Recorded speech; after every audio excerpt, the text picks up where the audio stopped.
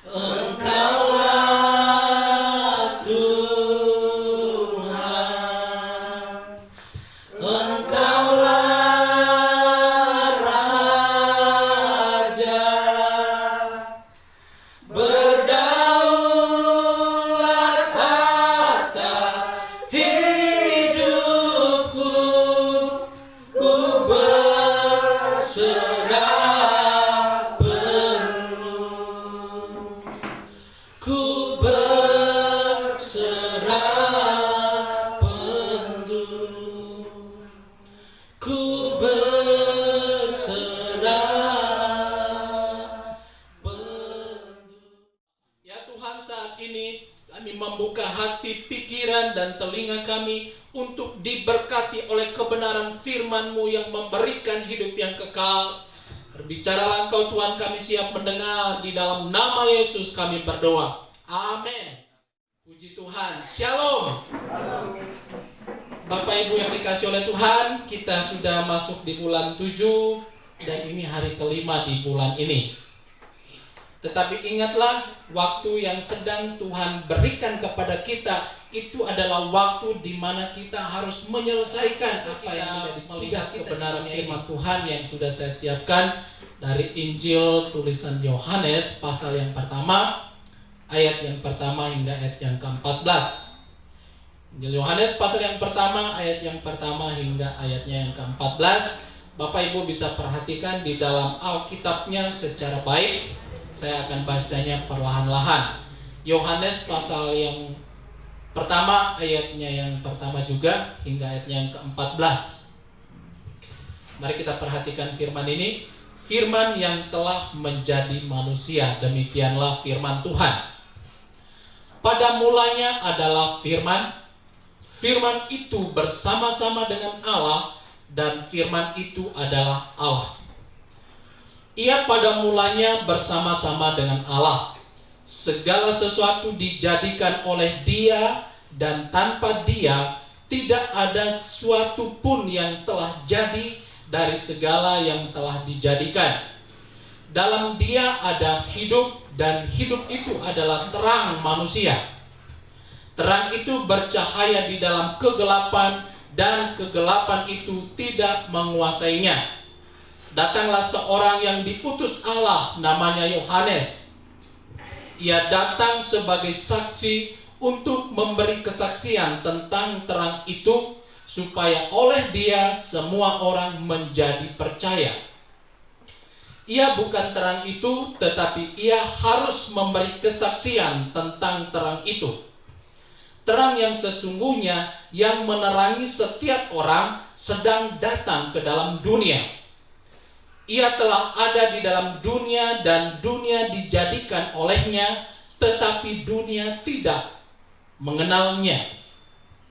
Ia datang kepada milik kepunyaannya, tetapi orang-orang kepunyaannya itu tidak menerimanya.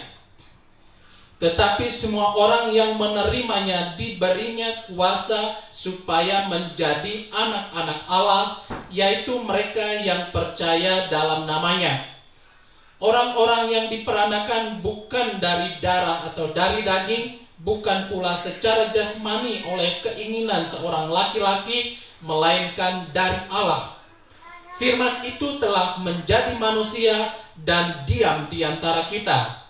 Dan kita telah melihat kemuliaannya, yaitu kemuliaan yang diberikan kepadanya sebagai anak tunggal Bapa, penuh kasih karunia dan kebenaran, dan pendengaran oleh firman Kristus.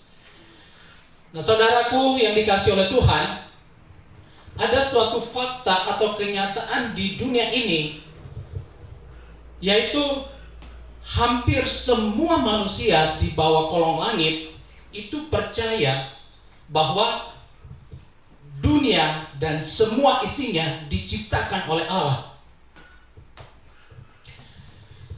Dan juga semua manusia ini juga mengakui bahwa Allah atau Tuhan itu berkuasa atas segala yang ada di dunia ini. Bahkan hidup kita ini juga Tuhan yang berkuasa. Tuhan yang menentukan kita hidup atau binasa.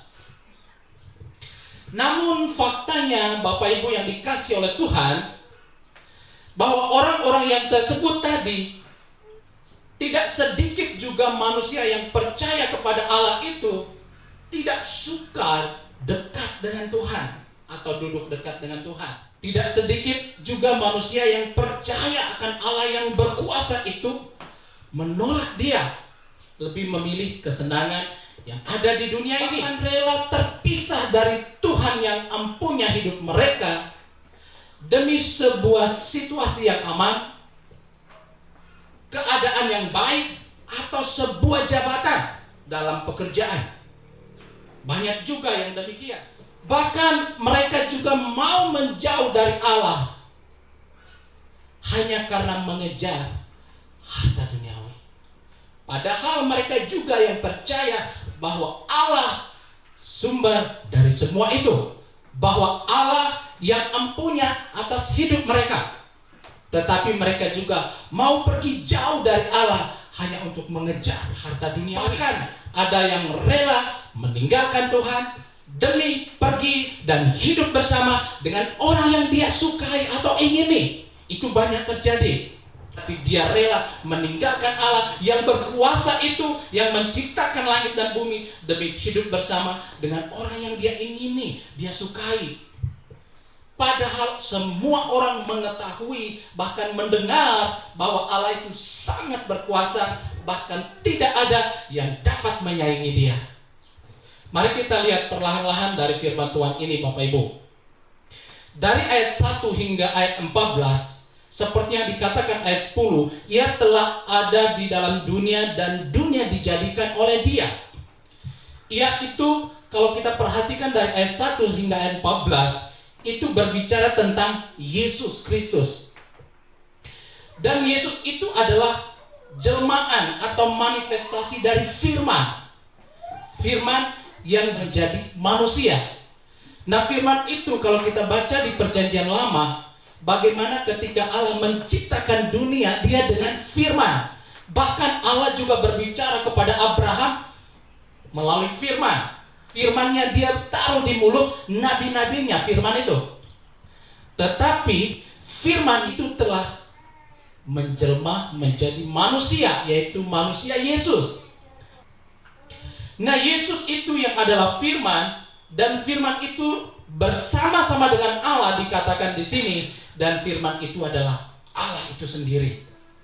Saya percaya bahwa kita semua bukan cuma dengar dan tahu, tetapi percaya bahwa Allah itu sangat berkuasa, dan Allah itu yang empunya hidup kita, dan Dia punya hak untuk menentukan kita hidup atau binasa, kita di sorga atau tidak.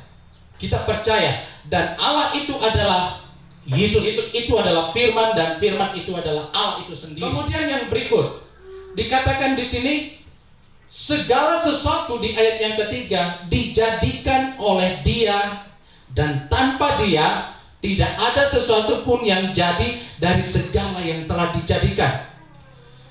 Bahwa Yesus itulah yang menciptakan segala sesuatu yang ada di dunia ini. Dia yang menjadikan itu, dan tanpa Yesus maka semua itu tidak akan ada.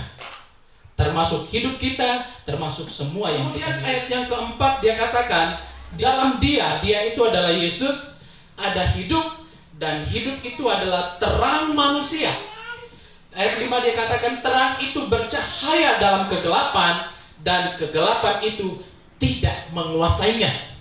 Di dalam terang pasti ada sebuah kejelasan yang akan kita lihat. Ada sesuatu yang terlihat dengan jelas, dan kita bisa melihat dengan jelas kalau ada Yesus. Ayat yang berikut, di ayat yang ke-10 dan seterusnya, dikatakan di sini, Ia telah ada di dalam dunia, dan dunia dijadikan olehnya, tetapi dunia tidak mengenalnya. Dan ini yang terjadi ketika Allah, firman itu menjelma menjadi manusia dan ada di dunia. Mereka tidak kenal firman yang sudah menjelma menjadi manusia. Mereka tidak percaya. Mereka sudah membatasi Allah dengan pemikiran mereka, sehingga Tuhan yang berkuasa, yang sudah datang sebagai manusia, tidak bisa mereka kenal.